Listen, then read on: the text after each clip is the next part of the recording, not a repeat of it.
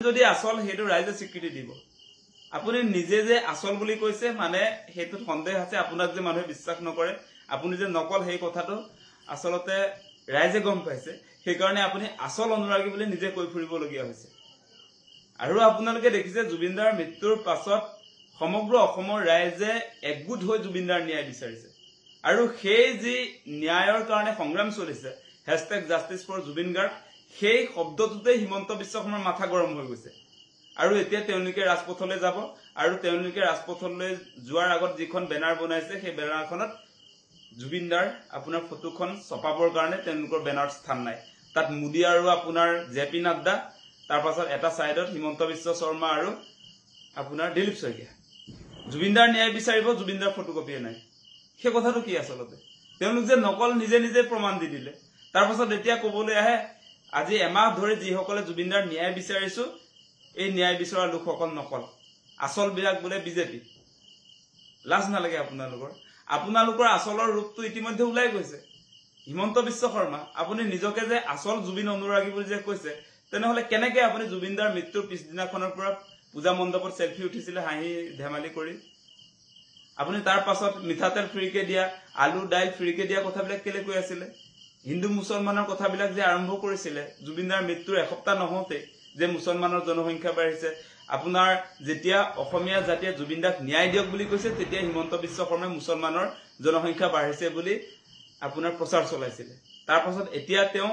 যেতিয়া সকলো চক্ৰান্ত উফৰি গৈছে ৰাইজে এটা কথাও তেওঁৰ আকোৱালি নললে সববিলাক উফৰাই পঠিয়াই দিছে তাৰ পাছত এতিয়া তেওঁ সন্মুখত আহিব নিজে চৰকাৰত আছে মুখ্যমন্ত্ৰীও নিজে তাৰ পাছত বোলে তেওঁ প্ৰতিবাদ কৰিব কাৰ বিৰুদ্ধে প্ৰতিবাদটো আসলতে কাৰ বিৰুদ্ধে হ'ব এতিয়া কাইলে বিজেপিয়ে যে ৰাজপথলৈ ওলাই জুবিনদাৰ ন্যায় বিচাৰিব বুলি কৈছে কাৰ পৰা ন্যায় বিচাৰিব বিজেপিৰ পৰা ন্যায় বিচাৰিব নেকি মানে কি কৰিব খুজিছে আসলতে মানে এটা কথা আপোনালোকে দেখিছে যে বৰ্তমান সময়ত #justice4Jubin Garg সেইটো হৈছে জাতীয় এটা মুভমেন্ট জুবিনদাক ভাল পোৱা সকলো ৰাইজে জুবিনদাৰ ন্যায় বিচাৰি থকাটো বিজেপিয়ে আসলতে বিচৰা নাই সেই কাৰণে তেওঁলোকৰ নকল যিবিলাকে আজিৰ দিনটোত আসলতে ফটকা বম ফুটাই আছে মদ খাই আপোনাৰ সাংবাদিকক মাৰপিট কৰিছে সেইবিলাকে কাইলে আকৌ মানে এক্টিং কৰিবলৈ ৰাজপথলৈ আহিব জুবিনদাৰ ন্যায় বিচাৰি আৰু সেই ৰাজপথত যিখন আসলতে তেওঁলোকে বেনাৰ ছপাইছে ৰাজপথত যাবৰ কাৰণে সেই বেনাৰখনত জুবিনদাৰ ফটোকপি দিবৰ কাৰণে তেওঁলোকৰ স্থান নাই গতিকে কথাবিলাক বিবেচনা কৰি চাওক হিমন্ত বিশ্ব শৰ্মাৰ গোটেই কথা বতৰাবিলাক আমি আৰম্ভণিৰ দিনটোৰ পৰা কৈ আছো যে ফেষ্টিভেল মহন্তক শ্যামকানু মহন্তক কেনেকে দীঘলীয়া পূজাৰ ছুটি দিছিলে 6 তাৰিখলৈকে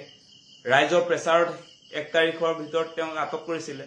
গ্ৰেপ্তাৰ কৰিছিলে আপোনালোকে সেই কথা বতৰাবিলাক জানে কেনেকে আসলতে নৰ্থ ইষ্ট ইণ্ডিয়া ফেষ্টিভেলৰ লগত হিমন্ত বিশ্ব শৰ্মাৰ ইনভলভমেন্টটো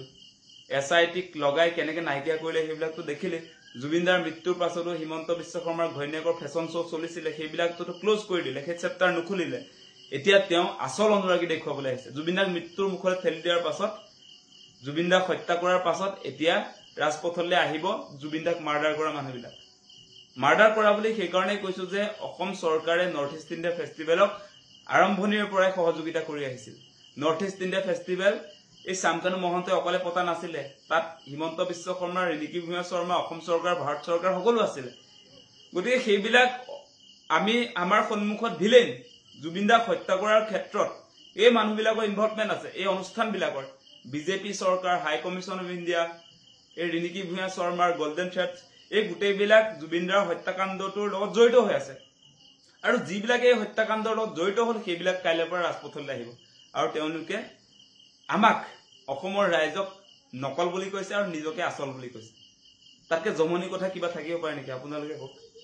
আৰু হিমন্ত বিশ্ব শৰ্মাৰ পৰা অসমৰ ৰাইজে চাৰ্টিফিকেট ল'ব লাগিব নেকি যে মই জুবিন অনুৰাগী হয় নে নহয় সেই চাৰ্টিফিকেট হিমন্ত বিশ্ব শৰ্মাই দিব সেই চাৰ্টিফিকেট আমি এনেকে ফালি পেলাম জ্বলাই দিম এনেকুৱা চাৰ্টিফিকেট গতিকে লাজ পাব লাগে মুখ্যমন্ত্ৰীয়ে প্ৰতিটো মুহূৰ্তত তেওঁ আসলতে বিভাজনৰ ৰাজনীতি চলাইছে দেখিছে আপোনালোকে গতিকে হিমন্ত বিশ্ব শৰ্মাৰ যিটো আপোনাৰ এতিয়া যে তেওঁ জুবিন অনুৰাগী যে দেখুৱাইছে নিজকে জুবিন যে সজাইছে সেইবিলাক ইতিমধ্যে এক্সপোজ হৈ গৈছে এক্সপোজ হ'বই জুবিনদাই হিমন্ত বিশ্ব শৰ্মাৰ আসলতে যিটো আদৰ্শ তাৰ ঘোৰ বিৰোধী আছিল গতিকে জুবিনদাৰ আদৰ্শ তেওঁলোকে প্ৰচাৰ কৰিবলৈ হলে কাইলৈ কৈ দিব লাগিব কাইলৈ সমদল উলিয়াওঁতে প্ৰথমতে ক'ব লাগিব যে আজিৰ পৰা হিন্দু মুছলমানৰ ৰাজনীতি বিজেপিয়ে নকৰো কাইলৈৰ পৰা তেওঁলোকে ক'ব লাগিব কা আমি বিৰোধিতা কৰিছো বুলি কাইলৈৰ পৰা তেওঁ ক'ব লাগিব যে গছ নাকাটো য'ত গছ লাগে তাৰ গছ নাকাটো বুলি আপুনি ক'ব লাগিব গতিকে বহুত কথা বতৰা আছে কাইলৈৰ পৰা হিমন্ত বিশ্ব শৰ্মাই ক'ব লাগিব যে তেওঁ লেফটিষ্ট কমিউনিষ্ট ছচিয়েলিষ্ট সমাজবাদী বুলি ক'ব লাগিব বাওঁপন্থী বুলি নিজকে ক'ব লাগিব ৰেলীটো উলিওৱাৰ আগত